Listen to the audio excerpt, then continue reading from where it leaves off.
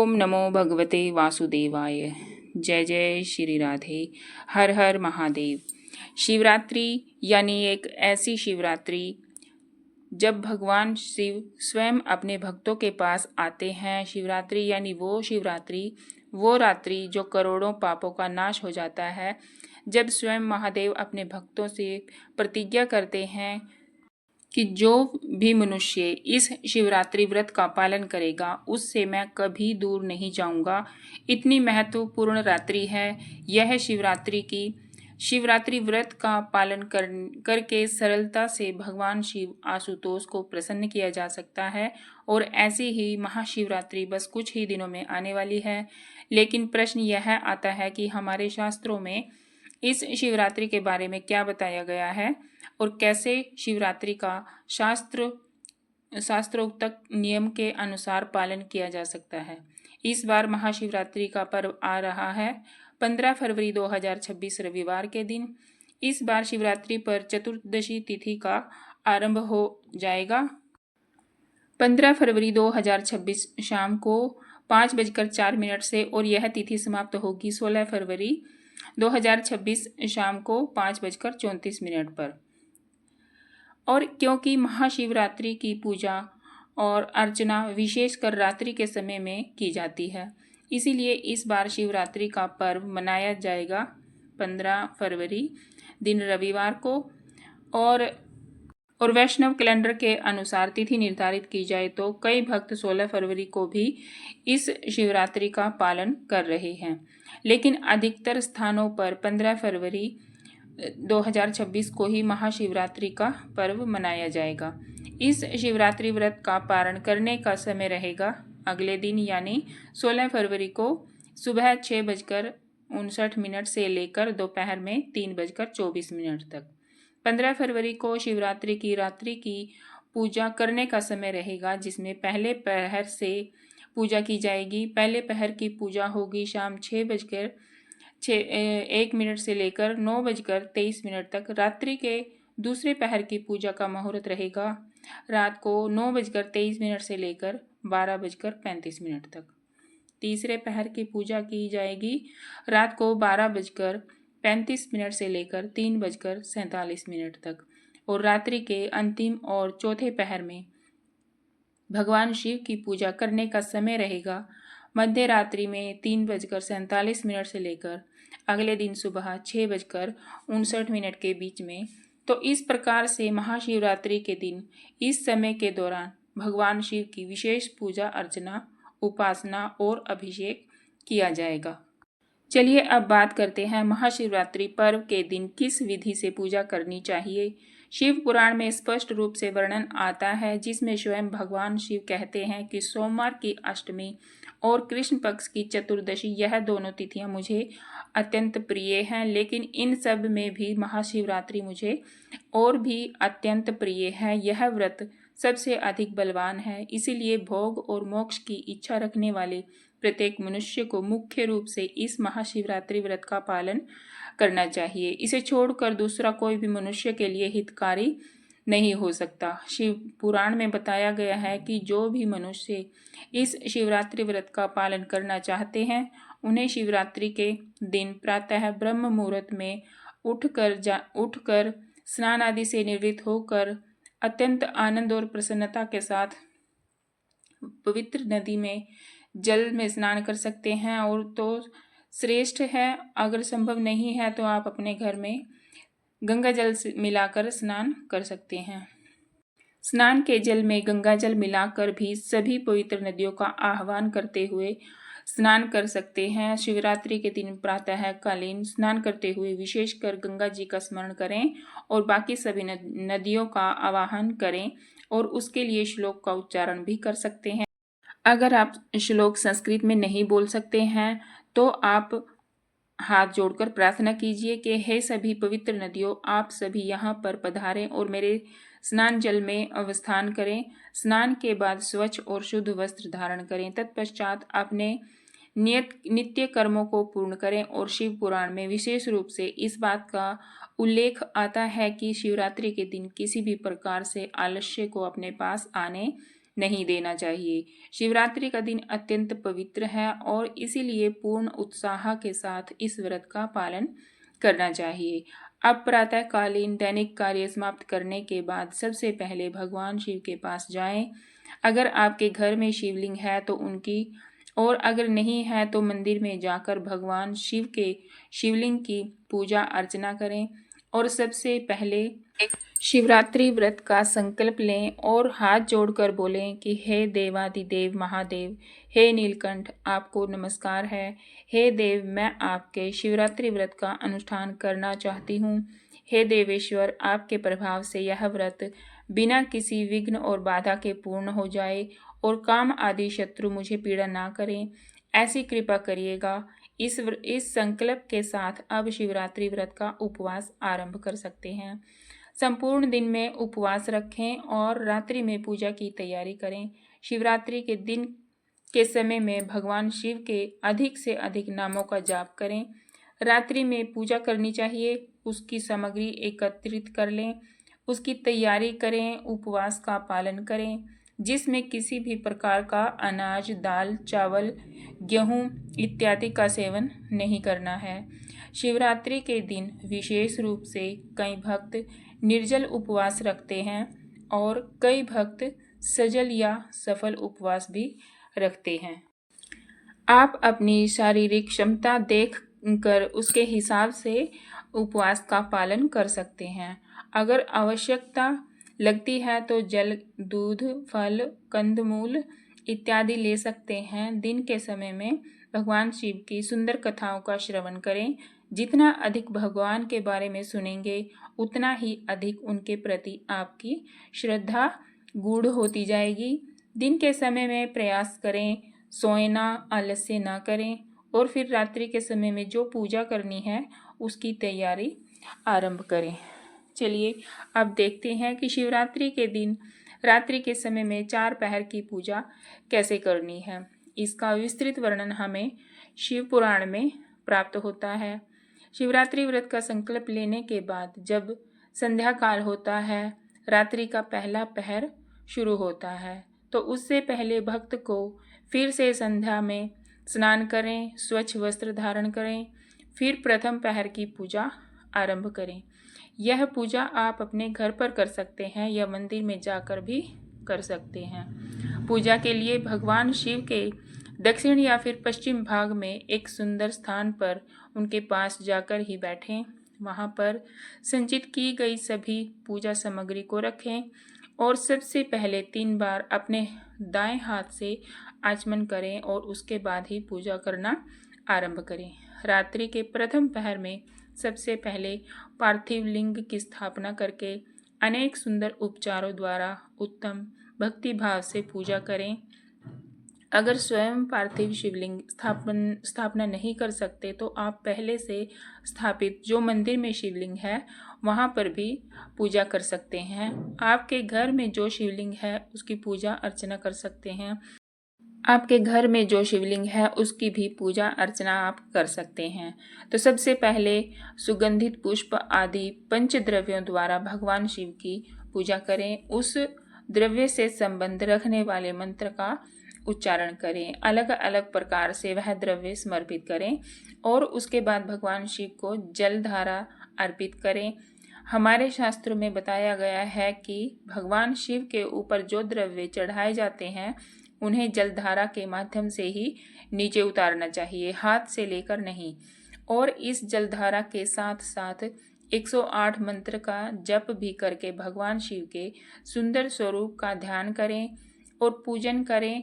अगर गुरु के द्वारा कोई मंत्र प्राप्त हुआ है तो उस मंत्र का उच्चारण भगवान शिव की पूजा के दौरान अवश्य करना चाहिए। और अगर नहीं मिला है तो भगवान शिव के पंचाक्षर मंत्र ओम नमः शिवाय का जप करते हुए भी यह अभिषेक और पूजा की जा सकती है। रात्रि के प्रथम पहर में चंदन, अखंड चावल और काले तिलों से परमात्मा शिव भगवान की पूजा करनी चाहिए। इस प्रथम प्रहर में कमल और कनेर के पुष्प चढ़ाने चाहिए और मुख्यतः 8 नामों द्वारा 8 मंत्रों द्वारा भगवान शिव को पुष्प अर्पित करने चाहिए। और वह 8 नाम इस प्रकार हैं। भव सर्वरुद्र, पशुपति, उग्र, महान, भीम और ईशान। इन सब नामों के आगे में श्री और अंत में चतुर्थी विभक्ति जोड़कर उदाहरण के तौर पर जैसे श्री भावाय नमः, श्री सर्वाय नमः, श्री रुद्राय नमः, श्री पशुपतये नमः, श्री उग्रय नमः, श्री महानाय नमः, श्री भीमाय नमः और श्री ईशानाय नमः। इस प्रकार से भगवान शिव की मंत्रों का उच्चारण द्वारा भगवान शिव की पूजा और अभिषेक करें। रात्रि के पहले पहर में जब भगवान शिव की पूजा अर्चना करते हैं तो उसके बाद उन्हें नैवेद्य में पकवान अर्पित करने चाहिए।